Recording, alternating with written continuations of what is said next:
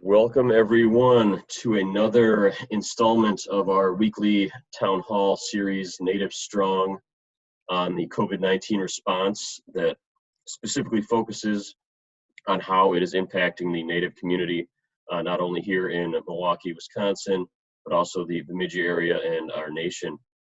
For those of you who have joined us here before, this is I believe our 12th week, so we're kind of chugging along here as COVID continues to, chug along.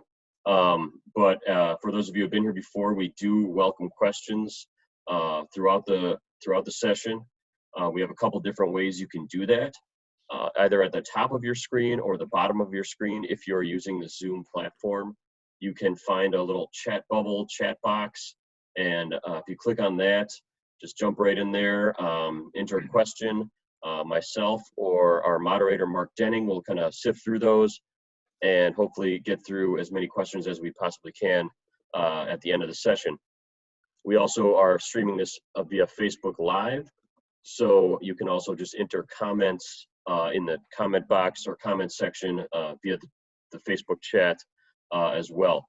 So without any further ado, I will introduce, as I said before, our esteemed moderator, Mark Denning, who's been with us from day one. So, Mark, take it away. Winabaju, Inuit Maganaduk, Naroi Beneze Indigenous, Neme and Dodem, Anishinaabe and Dao. Neopit and Donjaba. Good afternoon, relatives, and welcome. I think we've got a lot of work in front of us for this program. Our last program, we went through a lot of new information that was coming out. And we are also kind of looking at, parents out there are looking at the beginning of school and needing to make some major decisions for their young people in their life. And for those of us living in multi-generational homes where an elder is present, as well as a young person, those considerations just aren't about our children. And we can work those kinds of questions out in this kind of forum, meaning no one's going to be deciding for you what to do. That is one of our greatest gifts in this life, is that freedom of choice. But we need to make informed choices, and that's why we're here. So once again, Mark Denning, here in Milwaukee this time. Glad to be here and be with you, and welcome to this informative program. And I am so glad you're here. And please remember, as I say each program, we as onlookers to this program have the privilege of the use of computers. We have the privilege of use of being able to access the internet right now. You know, a lot of our relatives don't have that ability. We check in on them all the time. We try to have conversations with them about what's going on out there and how to keep them safe. So thank you for tuning in. And please keep in mind our relatives that don't have these advantages that we have right now of time and resources and ability to share. So with that, please bring your attention to the middle of your screen here as I look at mine, or to the side. And you're going to be looking and speaking, asking questions of Dr. Lyle Ignace of the Gerald L. Ignace Indian Health Center. Dr. Ignace? Thank you, Mark. Thank you, Jeremiah. And thank you all for coming back. This is week 12.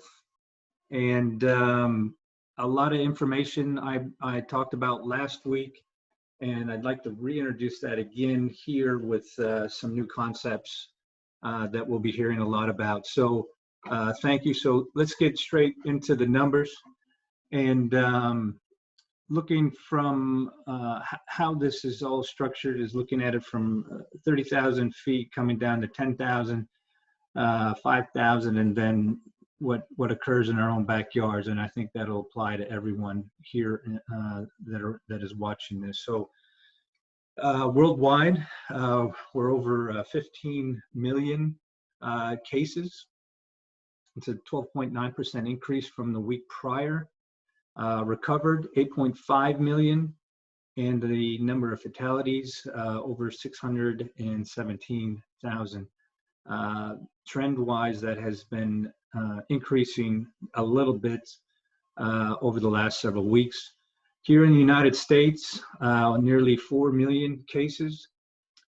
We have all been hearing about the outbreaks and the increased number of cases, particularly in the southern and western part of the country. 14% increase from the week prior, and as of right now, we've tested 47 million tests have been completed here in the United States, and that's a pretty tremendous amount given where we were just a couple months ago. In terms of recovered individuals, 1.1 million, 13.3%. That's a decrease from the week prior, and that's mainly given all of the new cases that are occurring, the number of actually recovered, knowing that there's at least a 2 to 3 week lag time between active case and recovery. This is that lull of our recovery period, and so probably in the next week or two, we'll probably be seeing this recovered number actually going up. In terms of the number of fatalities, 135,500, 3.6%. This is a slight drop from the week prior. And here in Wisconsin, 44,847 cases, 15.8% increase from the week prior. And as you can see, at least from the last 3 weeks, that trend has been up and has stayed up here in Wisconsin. In terms of the number of recovered, almost 30,000, 15.9%, and the number of fatalities, 865, 4.6%. So that's a slight increase for us here in Wisconsin. Next slide. So when we talk about Indian health, we talked about we're talking about services for 573 federally recognized tribes here in the country. I think it's important to understand that of the 5.2 million self-identified natives here in the country, 2.6, half of the native population actually seeks services, whether it be a federal side, tribal, or a urban Indian health program in the United States. So I think another caveat that people need to keep in mind is that not all tribal members reside on their respective reservations. In fact, we know that the majority of our native population reside off the reservation and in the urban setting. So as I go through these numbers, you will see the numbers that are reported out by federal tribal urban programs and what is also reported out by the state. So it's just important to realize that there is this, we're not all monolithic in terms of residing on our reservations, but we do reside outside in different states. So I'll be focusing primarily on the Bemidji area, that is Wisconsin, Minnesota, Michigan, and I include Illinois in this. There's 34 federally recognized tribes, 4 urban programs. So that's important to understand that when we talk about numbers, this is what we're talking about. So let's get into the numbers and let's see. So we have had some dramatic increases over the last several weeks. So as you go from the left to right, we see all 12 area. And this is numbers that are reported out, individuals who sought services and have been tested, federal, tribal, or urban health facilities. And as you go down, you can just make some very noticeable numbers here that are fairly significant. So we see Albuquerque over 1,300 cases, Great Plains 1,200, Nashville 1,300, Navajo 9,400, Oklahoma City, 25, and Phoenix, 6,600, and Portland, over 1,100. So these numbers become fairly significant. So as we go through, and what I've been doing for the last month is really looking at the changes that have occurred from week to week. And so we have data points now, and we have that ability to look at trends that have been ongoing in all of the areas. So as we go through, Alaska, Albuquerque, their numbers have remained relatively stable. And what I've done is I've taken the opportunity here at least to highlight the areas that have shown the most significant change. So what you see in yellow are the current week's numbers, at least as I see as being an increase in elevation in the numbers. So as we go through, we see Bemidji, Billings, California, Great Plains, Navajo, Oklahoma City, Phoenix, Portland. These are the areas that have shown the most significant numbers comparative over the last several weeks. So as we go through the total tally of the numbers, 3,047 since last week. Well, that's essentially unchanged from the week prior. And as we go through every week since this has really started, these last 2 weeks have been the most significant number increases, total numbers in Indian country. And it's a bit concerning because as the country moves, we certainly follow suit. So there is no discerning of where these numbers, we are just along with the nation, have shown tremendous increases. In terms of, go back. So when we look at the percent positive, as we go to the right, percent positive, this is the positive test of overall tests being done. Overall for the Indian Health Service, 5.6% positive rate, but there are several areas that have shown dramatic increases in their positive rate. So we see California as being one. The other is Navajo and Phoenix. So these are two really hot spots. They've been hot spots for a while. That really hasn't changed. And so I just wanted to bring people's attention to that. On the very far right-hand side, we see letters U and F. These are really kind of designations that I placed looking at the overall trends. F being for flat, U for being an upward trend. And as you go through all of the areas, you can pretty much tell that the majority of Indian country is on an upward trend. And even here in Bemidji, and as we go through the numbers, I'll let you know that here in the Bemidji area, in particular, Wisconsin has shown a dramatic increase, and that's certainly concerning how this is all trending out. Next one. So I wanted to expand this a little bit because I know I talk about Bemidji, but I want to also kind of highlight the difference between what we see in federal tribal urban programs and what we're seeing in the general public. So that first number on the top, 563. So that's the number of designated individuals that have utilized the federal tribal urban system that have been positive. And then I've gone through every state here on this slide, their health department. And so as of this week, as of yesterday, 438 natives here in Wisconsin, 405 Minnesota, 305 Michigan, 230 in Illinois.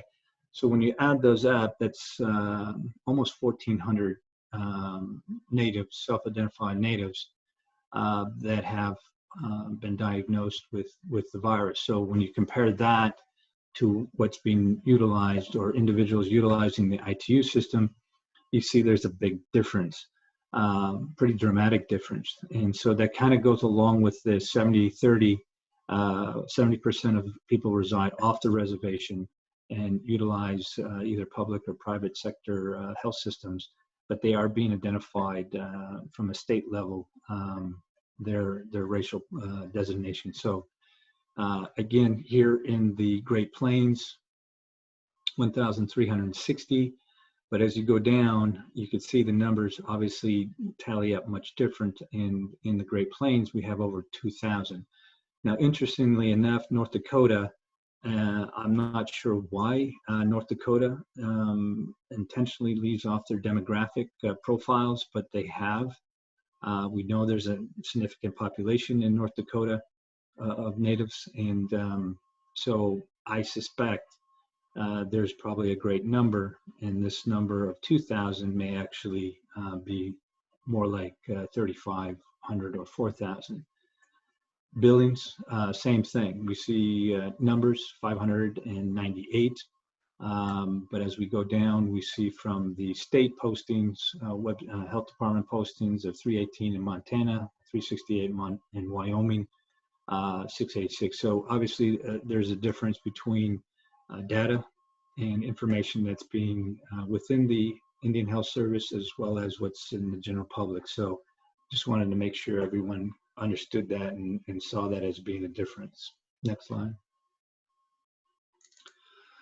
So I thought this was an interesting, as I go through my information gathering, I thought this would be an interesting thing to present because, you know, I think there's a misconception here that people who have symptoms either have a fever, cough, or being short of breath. Well, this is from the Wyoming Health Department website. And what they did was to really inform the general public of what's going on.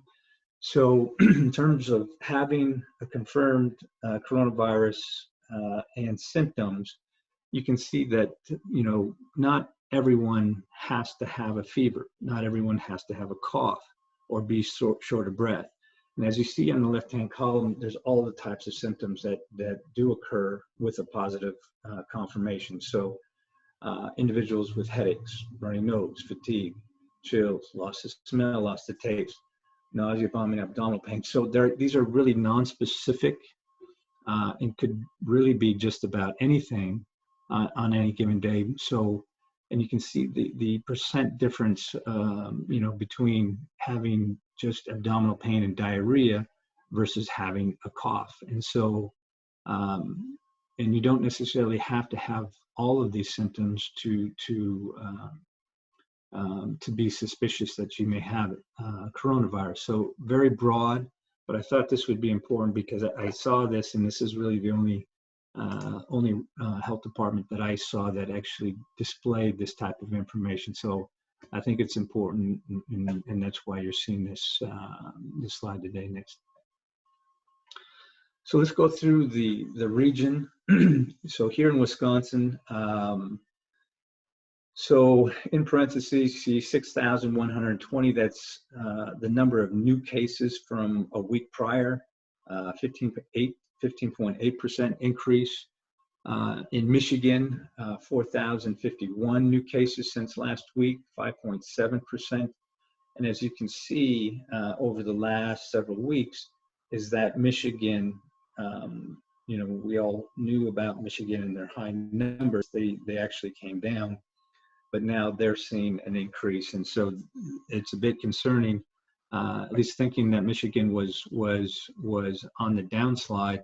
They are now up. There's an uptick in numbers is there. So same with Indiana. Again, we're seeing that same trend of the number of cases that are increasing. And so they had 5,300, that's 9.9% increase from the week prior. Again, you see that percent change difference over the last several months. In Illinois, 6,800 new cases from a week prior, 5.5% increase. So again, we see that trend. So Wisconsin, Michigan, Indiana, Illinois, that trend has been consistent through these states. In Minnesota, 4,200 cases, 9.6%. They have peaked here. Hopefully they've peaked, but again, we see that trend that's going upwards. Next slide. So as we go through the states and we look at the tribes and their respective tribal counties, each tribe doesn't necessarily report out publicly their numbers, but as a proxy, we're looking at counties that the tribe resides in. So as we go through the state of Michigan, you can see every tribe has had new numbers. But interestingly enough, the only real significant area that I identified is Lakeview. They've essentially doubled the number of cases from last week. So have increased in the number, but every other county that these tribes reside in have actually shown a decrease, which is pretty significant given that overall the state of Michigan is increasing. The tribal counties that they reside in have actually decreased or flattened out. So this is actually good news for tribal members from Michigan. As I mentioned, they have 305 cases. That's 13 new cases from the week prior, 4.4%. And comparatively to what I'm going to present in Wisconsin and Minnesota, this is a very small portion, a very small number of new cases, tribal cases that have come out. Next slide. In Minnesota, kind of a mixed bag as well. Certainly more identifiable cases in the counties that the tribes reside in. Certainly in Red Lake, Leech Lake, Fond du Lac, these counties have shown tremendous increases. And what I mean tremendous, like almost double the number of cases what they had from the week prior. So definitely trending upwards. And as you go through every county, you could just see the numbers are there. The numbers are there. Mill Lake up, Fond du Lac up, Leech, Red Lake. These are all pretty significant increases. And so when we look at the total overall numbers, 405 for this week, that's 60 new cases. That's 17.4% increase from the week prior. And from the week prior, the trend was actually going down. But now, this last week has definitely turned, and there's definitely a significant increase for natives in the state of Minnesota. So I wanted to make sure that that was emphasized because it's changed. Not every state's the same. And as we see, as I mentioned in the next, in Wisconsin, if you could go, we can see the change again. So Oneida's numbers, Winnebago, St. Croix, these counties that the tribes reside in have shown dramatic increases. But when you look at the overall numbers, the F's for flat, they're just this consistent incremental increases that are just all the time.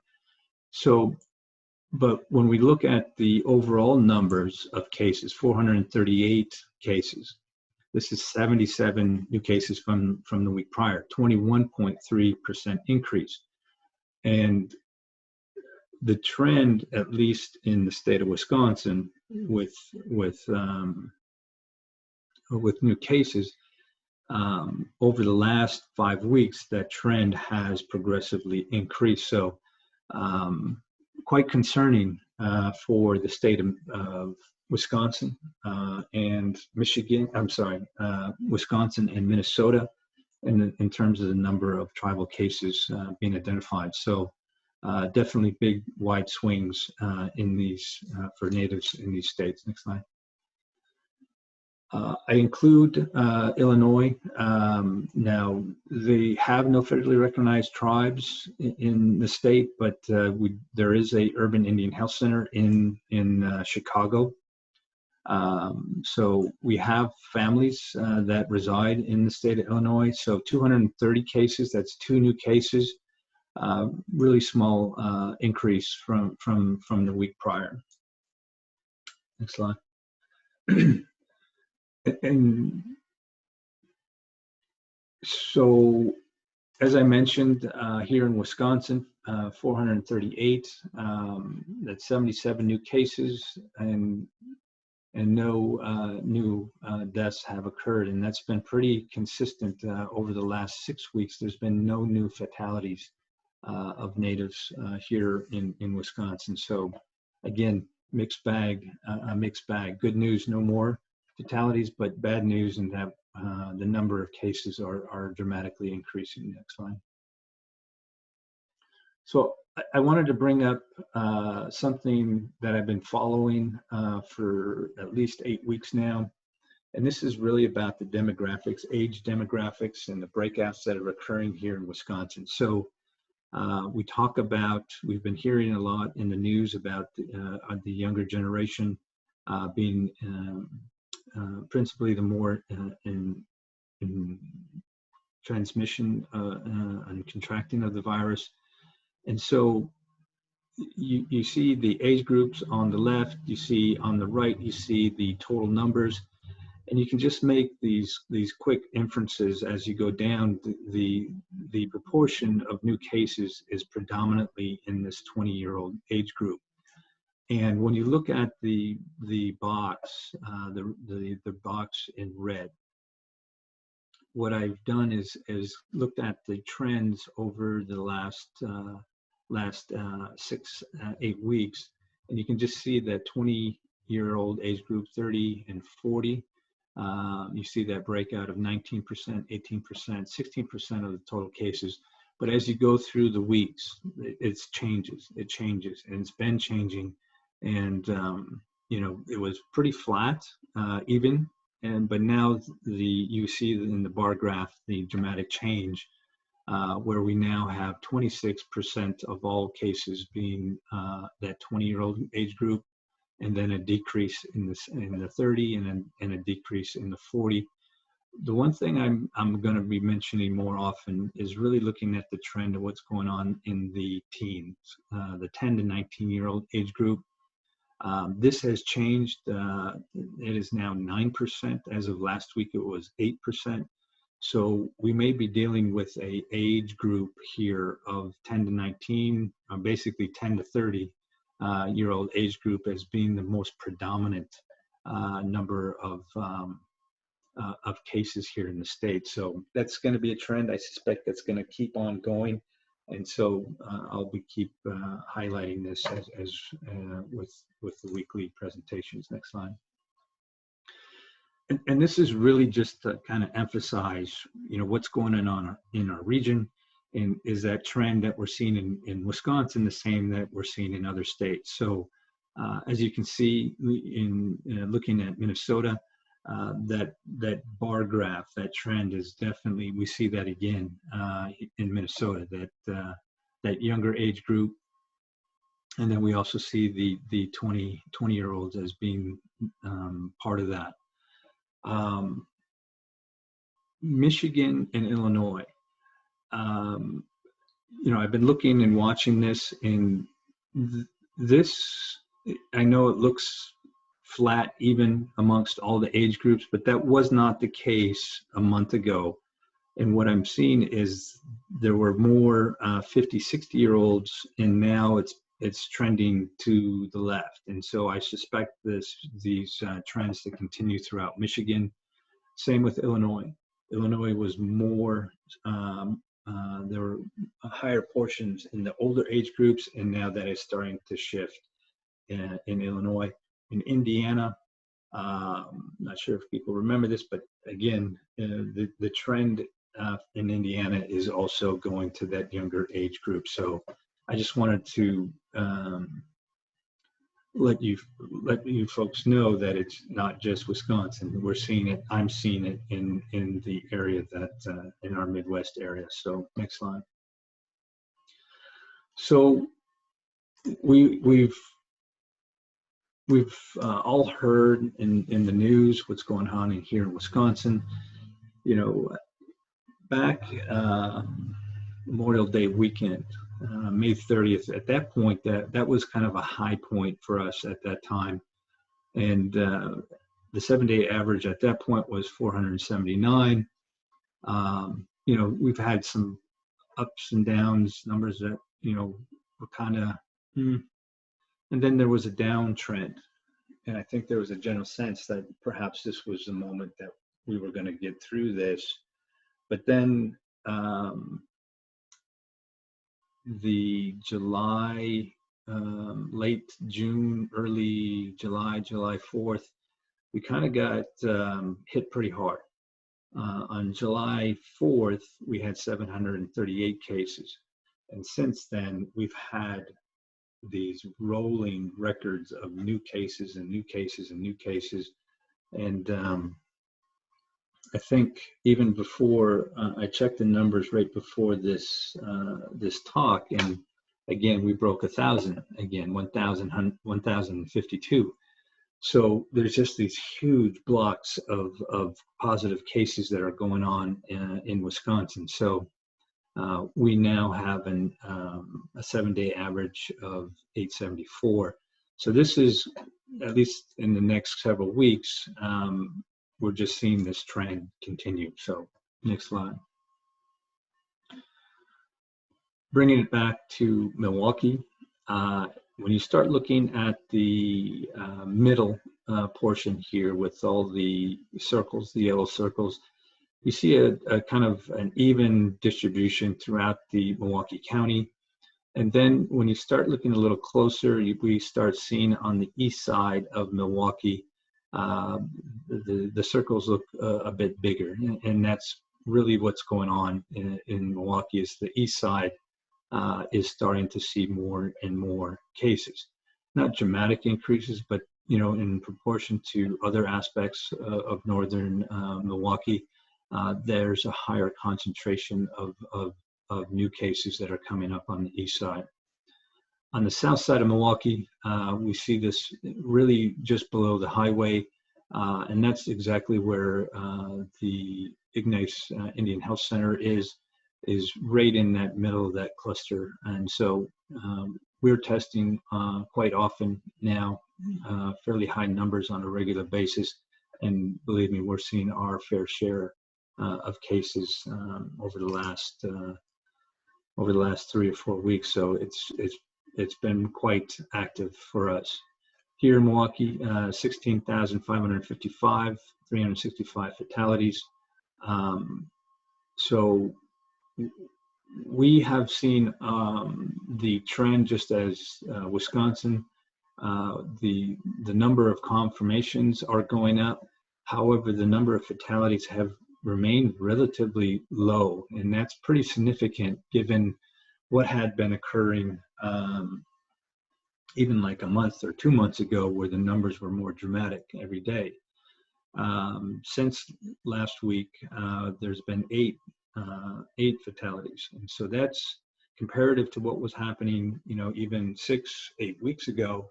The numbers have dramatically decreased. So hopefully that is a trend that will continue, even though we're seeing more new cases, that will stay low, if not zero. Next slide. And this is really just to highlight the demographics and what we're seeing here in Milwaukee County. Down here in the right lower hand corner, you say the 58. So that's 58 cases. That's 8 new cases from the week prior. And I know that that Glick is contributing to those diagnoses of cases. So we've seen it. We see it on a daily basis. So the numbers, at least here in Milwaukee, have gone up as well. So next one. So last week I presented vaccines what's going on, the development of what's going on. And this past week, there's been a lot of discussion, a lot of talk on national media regarding vaccines. And a lot of the information that's coming out is really positive.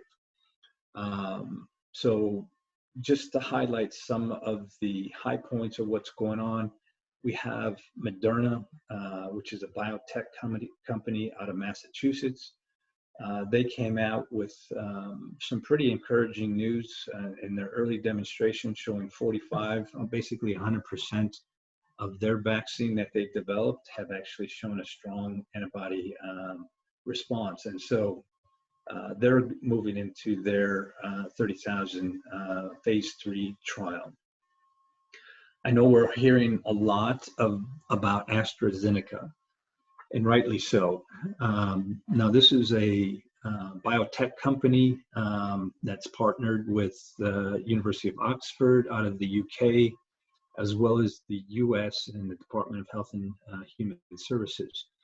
They went into a pretty significant agreement collectively, the UK, the US, and Oxford and AstraZeneca, and invested a tremendous amount of money, $1 billion, into the development of 300 million doses of vaccine. This was kind of that early process.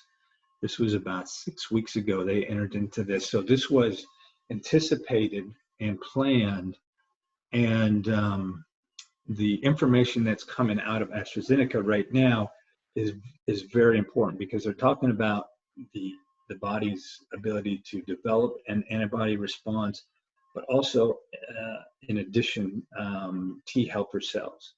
And T helper cells are pretty significant, because these are the ones, if you want your immune system to develop a significant response, it's one thing to develop antibodies, but you also want the apparatus, you want the system, and that's where the T helper cells come in. And actually, I don't know, kind of like if you want to take an analogy, like Pac-Man, you know, if you're a Pac-Man, you'd want to be T helper cells, and they will come and they will actively survey your system and attack these viruses, and that's what you want. So this is kind of a double kicker: one, antibody formation, but two, you actually have your human body cells, T helper cells, actively pursuing and destroying this virus. So this is really good news out of AstraZeneca. Next slide. So they've already entered into their phase 3 trial, and you know, since several weeks ago when they made their announcement of their data, they went from 300 to now 400 million doses worldwide. So a lot of people are investing in wanting these vaccines for you know, not just the United States, but I think worldwide, countries are seeing the significance of what they're able to produce. So now, what's interesting is that they've also, in parallel, started developing, manufacturing these vaccines. So they're anticipating that this is going to be so effective that they've already started mass production. Now, you say, how is that even possible? Well, when we look at vaccines historically, everything has occurred sequentially. So, you know, you come proof of concept and model of developing and how you want to develop a vaccine, and then you get approvals, then you go on to the next step, and then the next step, and everything is sequential in terms of approvals. Well, with this current administration, Operation Warp Speed, what they've done is they're making approvals and decisions in real time. They're not waiting for all the publications, articles, and submissions. They're looking at approvals as it's ongoing. So information that's coming out is in real time. Approvals are coming out in real time. And so things are really escalating. And this is good news, because before it would take perhaps even 4 or 5 years before a vaccine is even developed and ready for distribution after all of the final approvals. We're actually talking about, with all these companies, we're talking about 9 months, and this is unheard of, to be able to go from nothing to a vaccine within 9 months. So absolutely huge news. Pfizer, again, they're on that same trajectory as well. They're anticipating that their vaccine, it's not in development. They've already tested and they've gotten positive responses, and so Pfizer is anticipating that same level of approval, and so they're operating in parallel, and they're already starting to look at manufacturing on a large scale. So multiple companies, multiple biotech companies, pharmaceuticals, all developing a vaccine that has been shown to be promising. And I'm certainly optimistic and encouraged by saying that.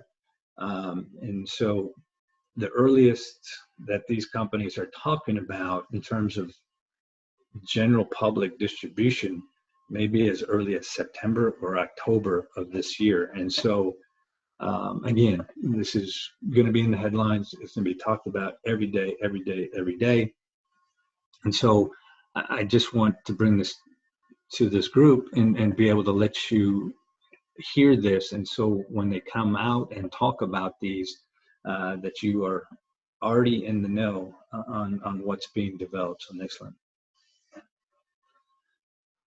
So I wanted to bring into this group another concept, and this is called herd immunity. And I know we've heard it, we maybe have seen it, maybe read a little bit about it, but it really has not been talked about because mainly most of the media talks about just the numbers. And I think what we need to, this was a concept that was brought out, and it's in every scientist, back of their mind as to how do we fight off infections. I mean, we deal with this every year. We just don't talk about it in the terms of herd immunity. So I wanted to give you the definition and kind of go through some things as to what may be discussed more broadly. So this is also called herd effect, community immunity, population immunity, or social immunity. These are all terms that essentially mean the same thing. So herd immunity is a form of indirect protection from infectious disease that occurs when a large percentage of a population has become immune to an infection. And when we're talking about herd immunity, we're talking about viral infections, whether it's through vaccines or previous infections, thereby providing a measure of protection for individuals who are not immune. So this is, we've heard it in the news. We've heard like Sweden, outside of the United States or the European Union, Sweden took this approach up front.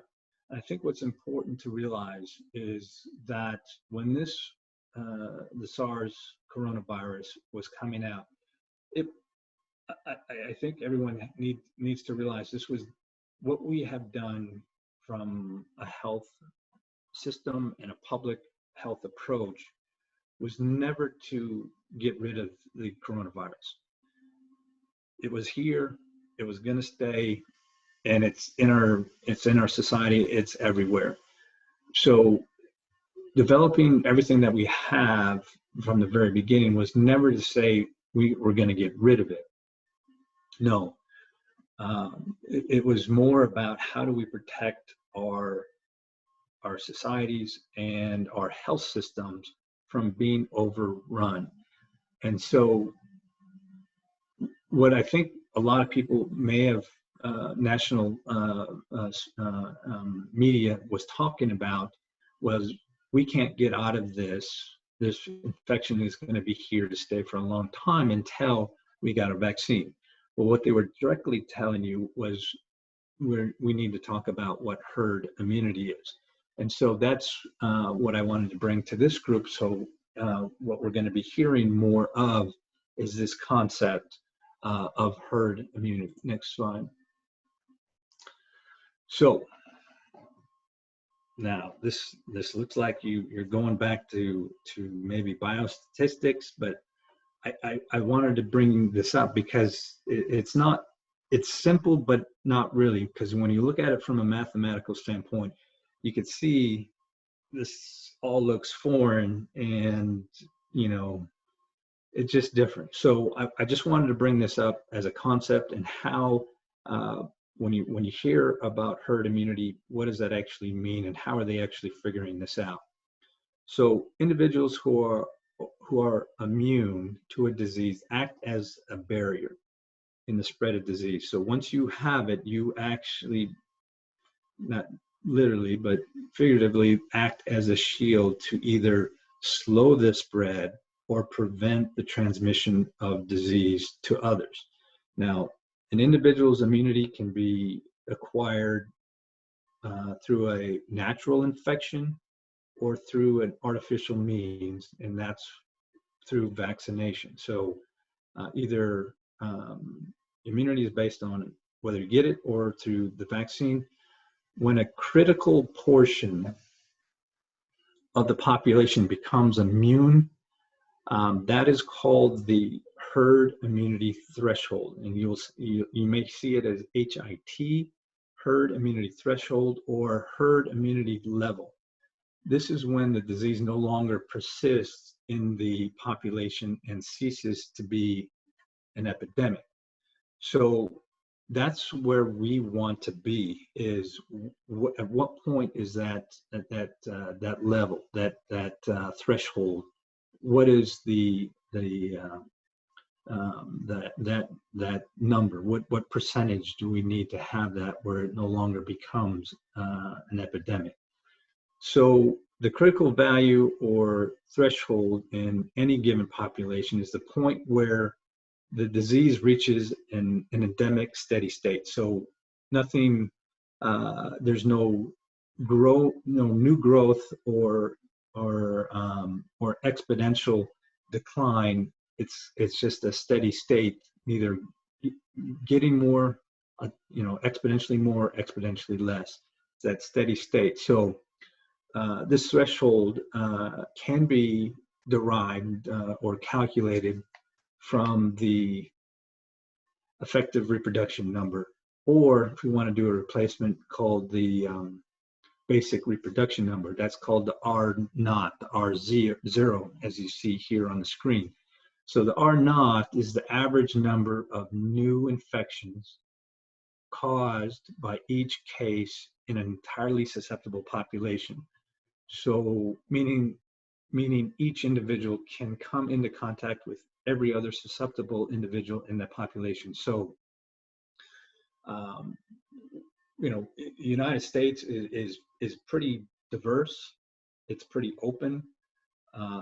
We're not restricted in our travels, although some states are restricting travel now. But we can go from one place to another. We can go from Milwaukee to Minneapolis to Detroit to Chicago. So we are very integrated in our population. So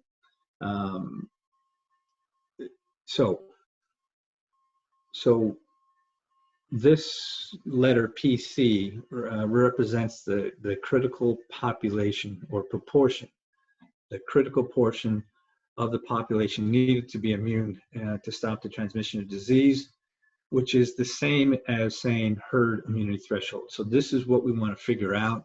This is the equation how to do it. It's 1 minus 1 over R naught. So what this is saying is R naught functions as a measure of contagiousness. So a low R naught value is associated with a lower threshold, whereas a higher R naught results in a higher immunity threshold. So just to give a quick example, so if we just put in a basic number here, let's say, what is the herd immunity threshold for an infection that is of a value of 2? That means 50% of the population would have to be infected or vaccinated to render that virus or cease that virus from being an epidemic in society. So the other is true is, let's say if the R naught is 10. The R naught is 10, if you go through this equation, you would say the threshold, the theoretical threshold for this would be 90%. This would mean that 90% of your community or society or your population has to have had got it or vaccinated to render this virus ineffective. So let's go through a couple examples. Next slide. So these are on the left-hand side. So we see measles, diphtheria, rubella, smallpox, polio, mumps, COVID-19, SARS from 2002, Ebola, and the flu. So all viruses, all are transmissible. And then you see that column R0 or R naught. That is basically, the R naught is telling you how contagious that virus is. So for every person that had the measles, they have the potential of causing a transmission or spread of the measles to 12 or 18 people, generally speaking. So when we want to talk about, going through that equation, 1 minus 1 over the R naught, what would need to be the immunity threshold to render measles ineffective or the end of its endemic? 92 to 95% of the population either has to have gotten it or having the vaccine to it to render that virus ineffective.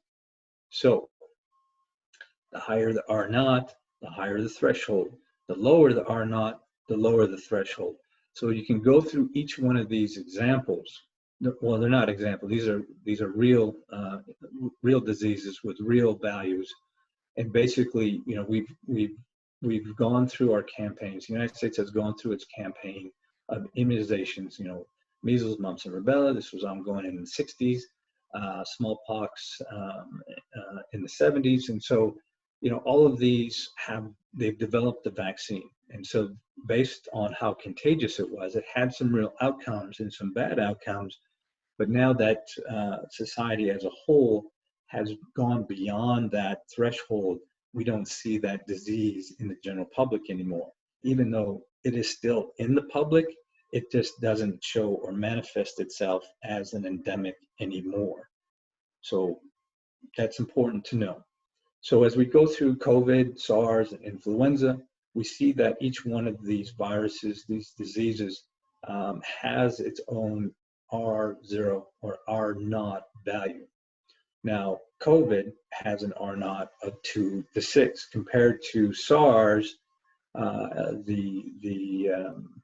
and influenza, 1.5 to 1.8. You can see what that threshold of immunity is to render it ineffective or reducing its endemic nature in society. Now, the problem is right now is that it's too early to determine what the R naught for COVID-19 actually is. Some say scientists feel that the value is 2. Some say that the value is 6. Now, not all of them agree, and they all have variable mitigating factors that may either increase the number or actually decrease. And so this would be a good sample, like 90% of what scientists feel is the range, 2 to 6. But there are other scientists that actually feel that this R naught is actually lower. So we have a range right now, 50 to 83%. That's a pretty big distribution. But if we go, let's just go by the low number of 50%. So we would need 50% of the United States would have to either been infected or been immunized to render COVID-19 ineffective. So we know the population of the United States is 325 million. So we're talking about 162 million either have to be infected or immunized. So that's just to reach the 50% mark. Some scientists actually believe the R naught is lower than 2, more consistent with influenza, and like maybe 1.5, which would mean our threshold is more down as low as 33% of the population. Now, you can kind of do the math quick, but 162 million, or half the United States, that's a lot of people. That's a lot of immunizations. That's a lot of infections. So what I had mentioned early on here in the United States is that we have, what did I say? We have like 4 million individuals in the United States that have been confirmed to be COVID positive. 4 million. That's a far cry from 162 million. Now, we know that there's asymptomatic spread. We know that the value of asymptomatic is reported out as maybe as high as 10 times what we currently are seeing right now. So even if we say, okay, we have confirmed cases of COVID and we have asymptomatic people that have the virus, so let's just do 10 times 4. So now we're talking about 40 million people in the United States either are confirmed through testing or asymptomatic and have had it. So let's just say 40 million. Again, we're still talking about 40 million. That's still a far cry from 162. So we have a long ways to go in terms of getting to that herd immunity threshold.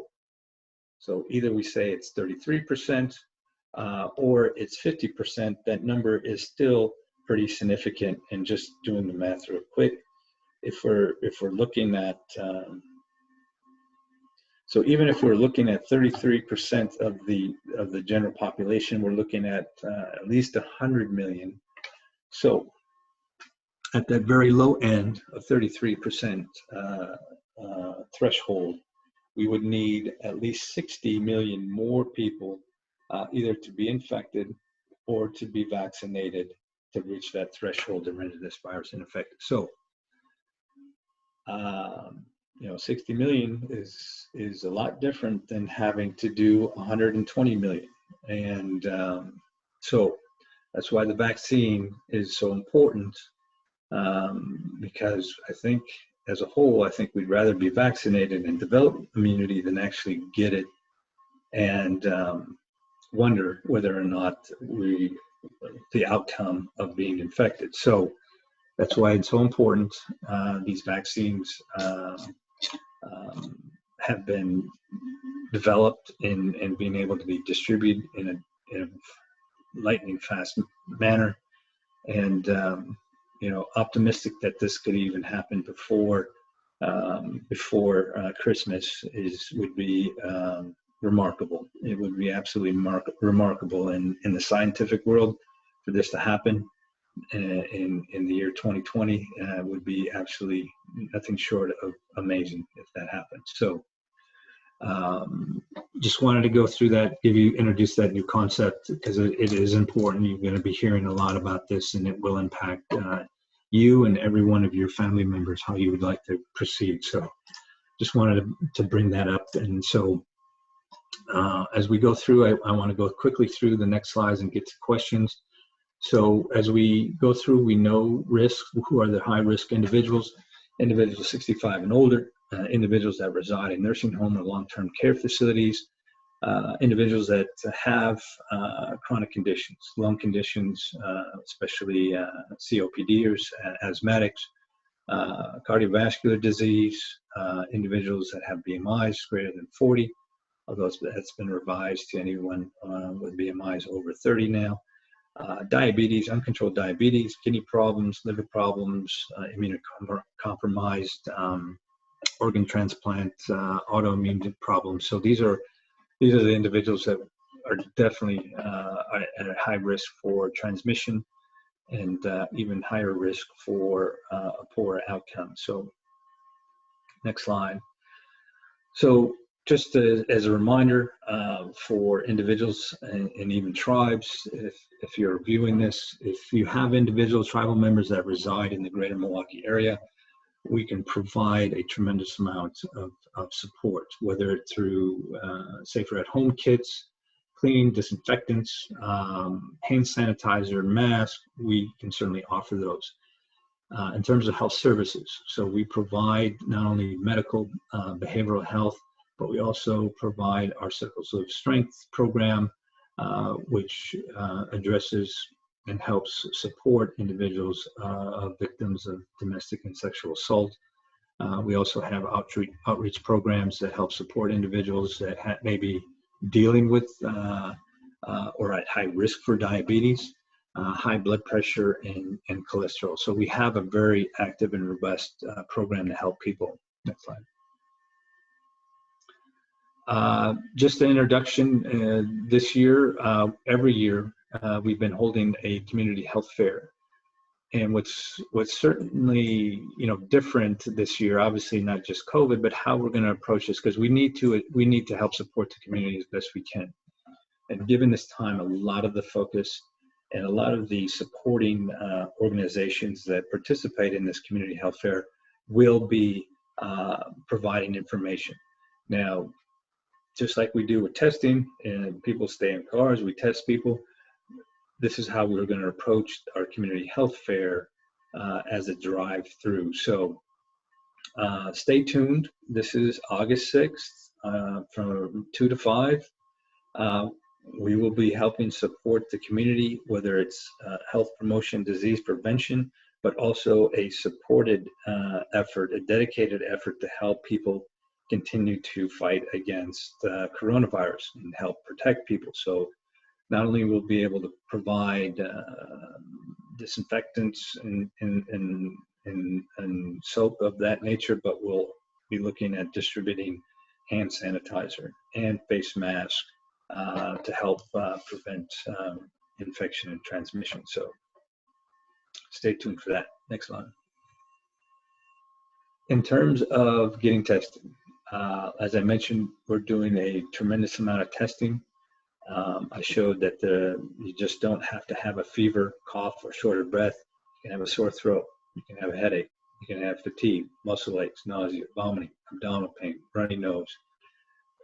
A lot of symptoms can mimic, and you don't always have to have a fever, and you don't always have to have a cough. You have some symptom. If you feel like you have concern or you've been exposed to an individual that has tested positive, call us, 414-383-9526, and we will set you up with a date and time to either test you or your entire family if that is a concern or risk. So feel free to call us, and we'll help support you and your family. Quick reminder, public health approach, social distancing, limit your exposure to groups or large gatherings. If you're going to wear a mask, wash your hands before you put it on, and wash it after. If you touch your mask, use hand sanitizer before you touch it and afterwards. And obviously, washing your hands as a cornerstone of any public health message to reduce infections. Wash your hands. Soap and water are the best. Hand sanitizer is second. In combination, it could be even more effective. So with that, a lot of information. I just had to bring in these new concepts because it's going to be something we're going to be all dealing with in the coming weeks, if not months. And so Mark or Jeremiah, if there's any questions, be more than happy to answer them. We're just going to get right to the questions. There's a lot of things to talk about here, but I'm going to go and work my way from the most recent question to the next one. So looking at my screen coming from Forest County, Potawatomi here in Wisconsin, the question is, that family has a newborn in the family, and can you tell us why newborns in Texas are getting COVID? I think the concern is certainly the newborn coming home to their home. And are there lessons coming out of Texas that you could share, or any thoughts about newborns coming into our homes today? Thank you. Sure. So, with what's occurred in Texas, and these do come out of one county, but it wasn't like all of a sudden overnight all of these newborns were developed COVID. This is over the entire time frame. So there's a higher proportion of individuals, infants that are newborns that are coming out positive. So I know they've mentioned it nationally. However, they don't know exactly why that was or why that has occurred. But I think more time will tell. But again, newborns, their immune system is very immature. They obviously they've just been born. They haven't developed a lifetime of developing their immune system, and so they're reliant on mother's immune system while being in the womb. But once they're out, they're susceptible, just like we all are. And so I think it's important to realize that regardless of age, that it's going to be important that aside from mom and immediate family, that any exposure outside of that immediate family should be taking the necessary precautions in handling newborns. So that would mean a face mask, that would mean washing your hands, and maybe limiting your exposure. And if you're sick or think you may be sick, I would just stay away from a house that has a newborn in it, because it's, these little ones have not lived long enough to develop an immune response. So that's always the concern. And so that's what you want to limit and prevent, not just amongst adults and kids, but infants is just as important. So just as a follow-up to that question, when moms and dads are at home or they have guests coming in, what is their, hey, I want to, this new child, what is their best bet? I mean, do they have a bottle of hand sanitizer right near the crib? Or is it that we need you to wash your hands? We got some questions for you before you even come over. What are your suggestions there? Yeah, I think that's just being proactive. And I think families with newborns should be asking those questions, because I know everyone wants to, hug up and hold new ones, and that's important. That bonding and interaction is important. But I think families with newborns need to be proactive in asking those questions. Hey, have you been exposed? Hey, what's the risk? Hey, have you been sick? Hey, we're going to be using hand sanitizer and masks if you're coming into our house. And so I think in this day and age, I don't think that's being rude or being disrespectful. I think it's being more precautionary. And I think that's important because, like I mentioned, newborns haven't lived long enough to develop an immunity, especially to this new virus. And so it's important for that level of protection to be occurring. Kind of hopping around with subjects, but this is related to young people. How much does herd immunity depend on children being vaccinated? In other words, how are children factored into herd immunity statistics? Can herd immunity be reached without children being vaccinated? Sure. So, this is going to be an interesting topic moving forward, because it's really going to get to this that threshold. Is it going to require just adults? Is it just going to require high risk? Is it going to be everyone, young and old? Disease with chronic diseases or no chronic diseases? It's an important question, and so, but when you look at demographics, age group demographics, and as more information is starting to come out, and who's infected, who's not, and how is transmission occurring amongst not only age groups but also of different age groups. And so I think what this is, I think what the audience is asking is, do children necessarily have to be vaccinated to reach that herd immunity threshold? Now, you can approach this in a couple ways in saying that, well, what's occurring in children right now? Well, we do know that they do get the coronavirus, but the rate of transmission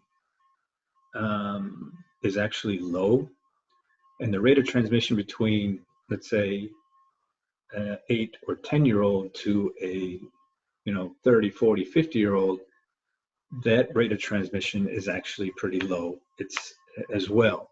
And so is that an important point in getting to this threshold? Because, well, number one, we know young people do get it, but they don't get it at the same rate, but at the same time, they don't get as sick.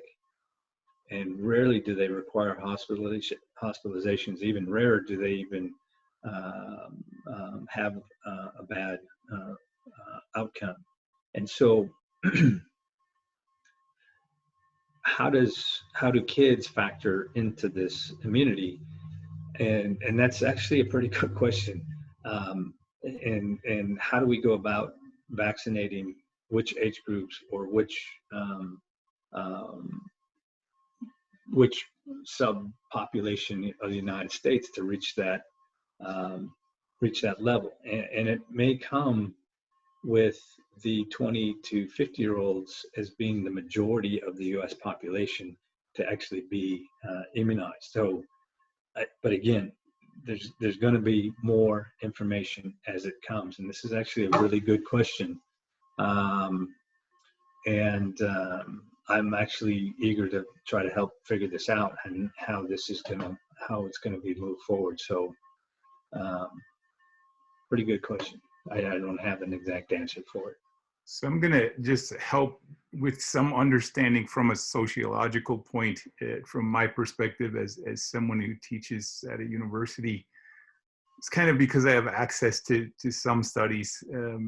I was looking at, well, what's kind of that 10 to 15-year-old range. They're interacting on average with between 10, 15 people a day.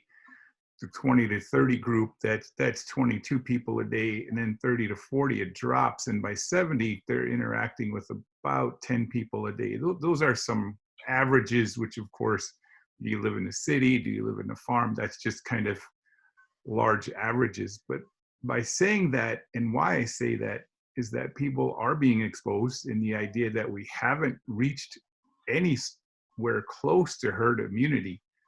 This conversation is just basically a conversation in theory right now. You know, I think I ran into a person who said, hey, I'm in a cubicle, and my cubicle surrounded by people that had COVID-19, you know, not literally, but all of the 6 people in the room, only 2 haven't had it. So they're thinking they're fine. And I'm just not so sure about that. That kind of leads to another question, is when antibodies kind of respond to this T cell situation that you were talking about, how long do those antibodies last? Just kind of looking at an article, the idea is that they last 2 to 3 months. Mm-hmm. And this conversation goes directly to supervisors who are watching here, because I've seen conversations in business communities and some casino operations talking about, if you've had it, we're going to issue an immunity certificate to the person that had it. That is some serious stuff that's going on out there, and a lot of jumps by advisors and businesses that are kind of just doing stuff that should involve the medical community. So one, what is your reaction to that idea that antibodies last 2 to 3 months? And second, what is your idea around a company or business workplace issuing an immunity certificate to its employees? Yeah, I don't think certificates would be of any value, honestly, and not even in the workforce. And the reason being is, kind of an analogy or correlation to the question. So red blood cells, we all have them, we make them, but they don't last forever in our systems. So they last 2 to 3 months, just like antibodies that get produced last 2 to 3 months. So that's not a terrible thing to necessarily say or have, but what's important when it comes to our immune system is being able to have that memory of being exposed and to having developed antibodies, and being able to have your body turn that memory system on, being exposed to get rid of the virus. Now, everything that we've ever been exposed to, every single virus that we've been exposed to, bacteria, fungus, parasites, all these things, our bodies are pretty adept to developing an immune system. We can't have an antibody to every single virus that we've been exposed to circulate in our system. There's no space for that level of proteins being developed in our system. So, I mean, I will say that there's been no documented, that I know of, there's been no documented case of a secondary infection. And what I mean by that is a confirmed positive, I'm sick, positive with a test, confirmed negative, resolve, and then a follow-up confirmed positive, like being infected a second time. I have not read or seen a documented case. Now, who knows? Maybe there will be some that have popped up, but that's a rare case, that's a rare situation, given that we have a world population of 7 billion people. This notion that we can get reinfected or antibodies only last 2 to 3 months. Okay. But the truer thing is, if you've gotten the virus, fully recovered, and then get reinfected with the exact same virus, there's been no documented case of that happening. So, I don't know if this discussion of antibodies lasting 2 to 3 months is maybe a red herring. It may not even factor into the discussion of herd immunity. At least I don't see it as being, a critical point of clarification, only because knowing what needs to be done in the population to render this ineffective, I think it can go a lot. It goes a lot. We can have a much better discussion thinking in those terms rather than whether or not antibodies last 2 or 3 months. And we've been in this since January, February. And so if people truly, antibodies only last 2 or 3 months, we would be seeing a heck of a lot more second infections, which we're not. At least I have not read papers that would discuss any documented second round infections from coronavirus. So kind of segueing in that, kind of taking that macro view, that we're moving away from that herd immunity macro view, the larger societal piece. The question that came in is really talking about that mile high view, in that people talk about the first wave, meaning in the media, and then they talk about a second wave. But no one really talks about what that wave is, what it looks like. And what we're hearing out here in the street, just as the average person, is that a second wave may hit either right at before or after school starts. So that goes to this question. If cases continue to rise, would you expect a second round of nationwide lockdowns to both occur and or be effective, given states with the most severe restrictions, i.e. California and New York, seem to have the most dramatic increase in infection rise? Yep. So I'll back into answering this question by going back to this herd immunity. So I mentioned today that we would need to hit a certain threshold to achieve the virus ineffective. Okay. So if there was a rise in new case, well, not if, it is going on right now, but let's say, so for us to render this virus ineffective, there's how do we get there? Either we have infections, we have vaccines to get to that percent threshold, or do we prevent infections and we just take the slow boat trying to get to that threshold? Versus Sweden, they went womp, got it, and boom. Whereas we in the United States are doing this slow trajectory of getting to the same point where Sweden did. So Sweden got there much quicker. And I would say effectively in probably in the next month or two, they may reach that herd immunity threshold and they're completely fine there.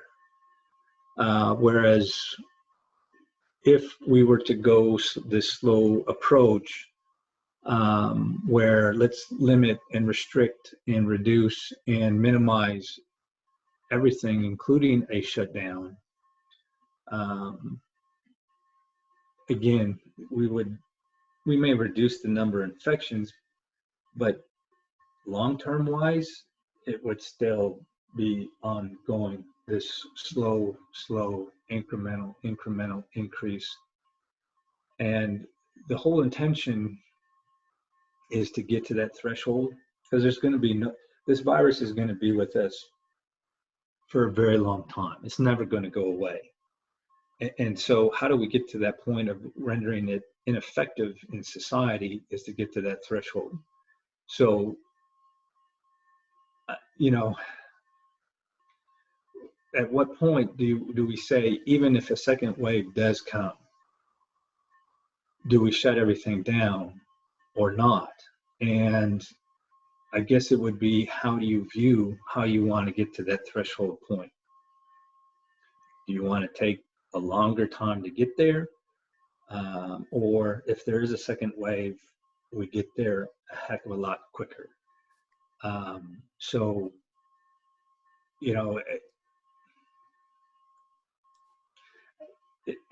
I think it's more of a perspective of how do you want to render this virus ineffective.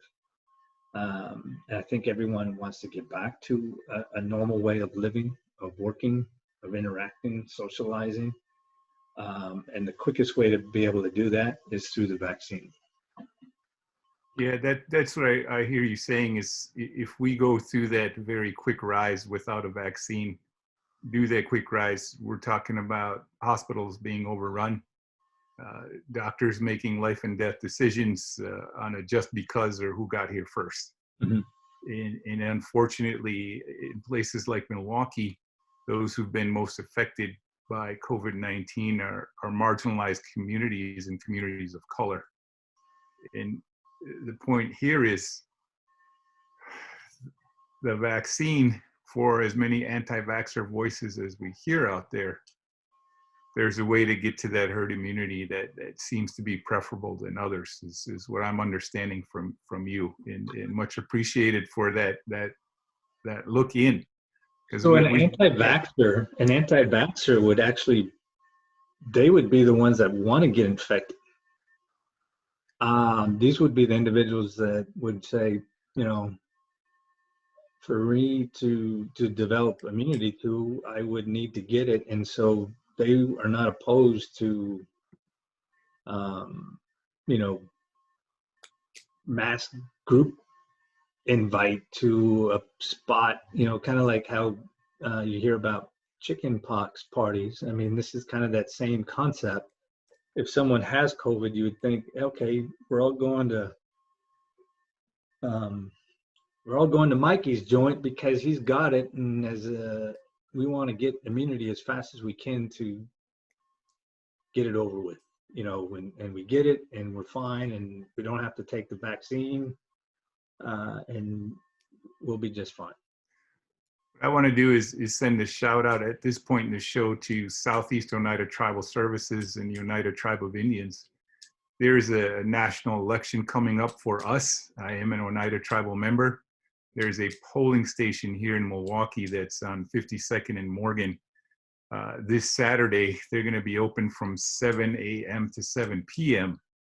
And what the tribe, our nation, is doing there is they're doing drive-through voting only at that location, with a 7 to 9 a.m. just having the fragile and the elders coming in and voting first. At that time between 7 and 9 is just devoted to them. But the rest of the time certainly is open to all the other tribal members that are duly enrolled in the Oneida Tribe of Indians. So my point on this one is, and here's the question, because I try to make my statements related to COVID-19 questions. I'm an Oneida. I got my car packed with my Oneida relatives, my Oneida kids, my Oneida wife. I got my Oneida mother-in-law. I got them all, because we're just going to do this trip and we're going to vote and have the biggest turnout we ever had in Milwaukee. We're gonna pull up to this polling station. I'm in that car. How am I gonna want to be sure that my family's safe in being in that car and all of us voting? I've been through this at a pull-up station because I'm one of those numbers that you recited earlier today. In this house, we had exposure to COVID-19. We needed to be tested. We pulled up in a car.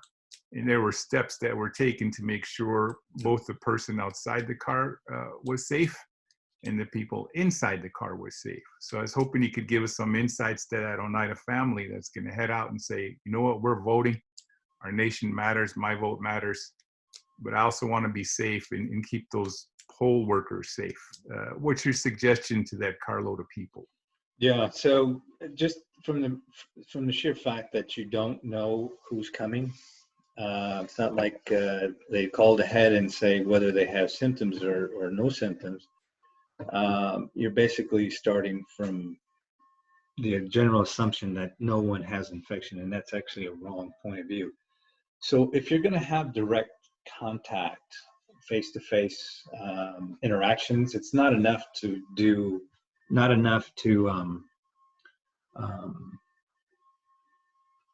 just to wear a face mask or a face covering. It's not enough. For the distributor of the voting packet, we're looking at kind of a head to toe, just like how you do at a testing center.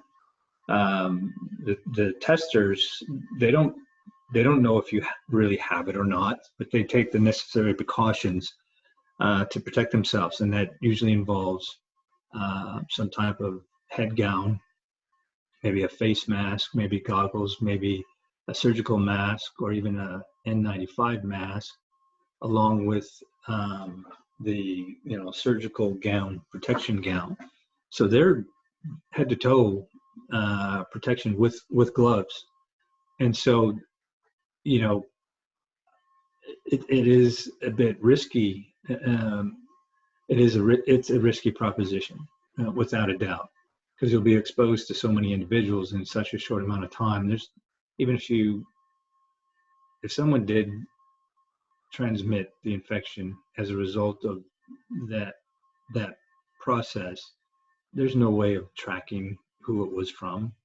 There'd be no way to track it. And so that's the tester. From the people that would roll up and get the packet, what does that look like? Well, they may have to wear gloves and may have to wear a mask.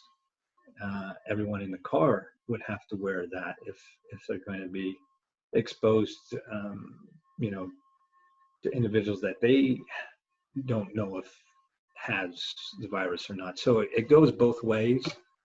But the individuals that would be distributing the packet are probably at a much greater risk than the individuals picking them up. So I'm going to direct this last question, and we have come to the end of our time, but just curious if any schools, tribal schools, private schools have ever contacted you about what considerations need to be made in starting school. I see lots of information. I see lots of health departments. I see lots of decisions being made out there about, does a parent decide to send their child to school? And then people making that decision for them, essentially. And even the federal government politicizing that decision and saying, we will withhold funding from you. But it seems that medical providers, and you're a medical director and a doctor, if anybody has ever said, hey, let's call up one of the very rare and few Indian health centers to consult about whether we open our school or not.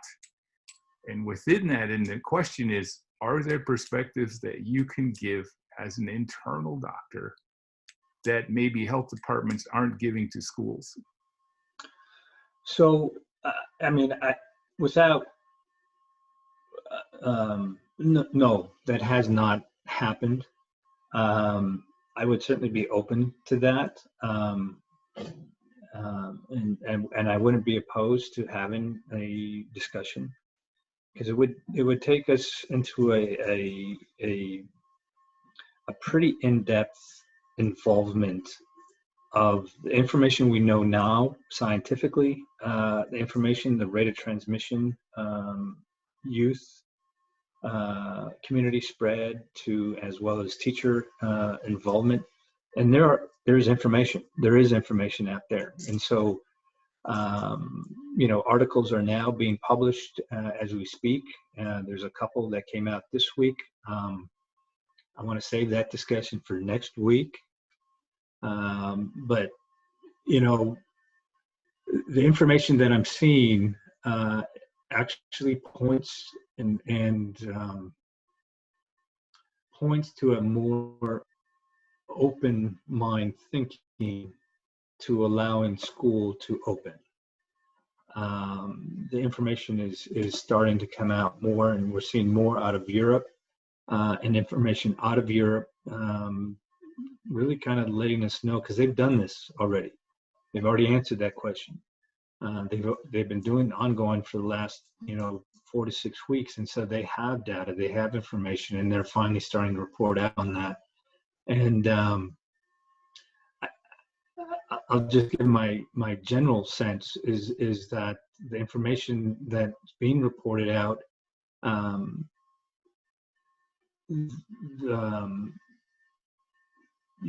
these European countries are questioning whether or not closing schools was even effective in the beginning. They're really questioning their decisions about closing schools down, whether or not that should have been done. And I think they're questioning what they did. Thank you for everything that you've been talking about. Again, I think this is our 11th program, if I'm not mistaken. In next week, I think it's going to be a back to school special with Dr. Ignace. And for myself, I'm going to be interacting with you and looking for some mental health component for that discussion. I think that certainly young people are looking for socialization and need it.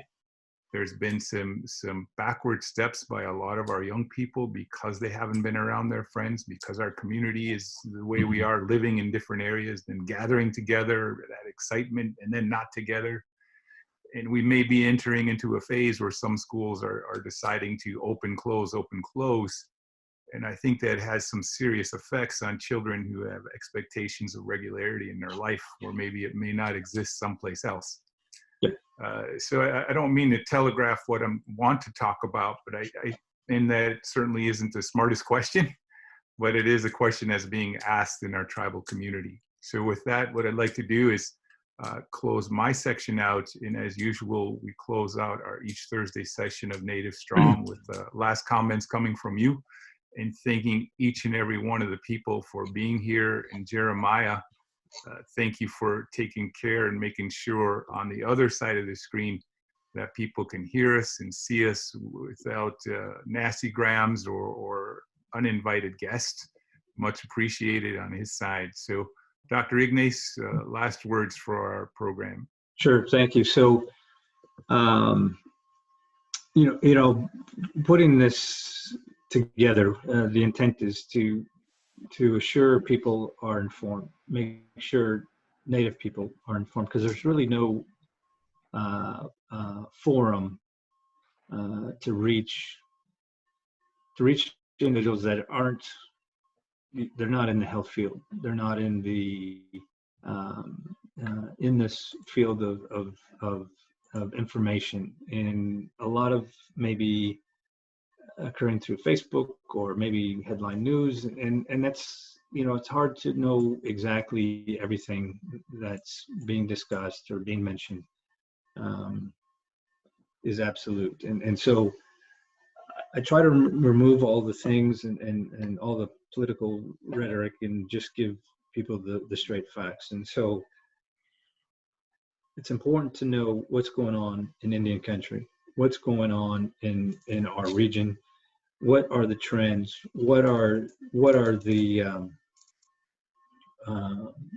necessary means to prevent and reduce transmission, but also some of these hot topics that are coming about, especially around immunization and all of these conceptual theories that people will be talking about in and around vaccine and herd immunity and R naught and all these scientific things. And so I'm trying to bring it to a level that people in our community can understand, and they can take this information back to their families and have a better understanding. And so that's my hope. That's what I hope to achieve each and every week. And if I reach one family that prevents, that I feel like I've done my part and my portion of helping Indians in here. So with that, I want everyone to remain healthy and be safe, and want our community to be as strong as possible. So until next week, and we'll bring up more concepts and ideas and more issues that are coming that will be impactful to our community next week. So until next week, stay strong.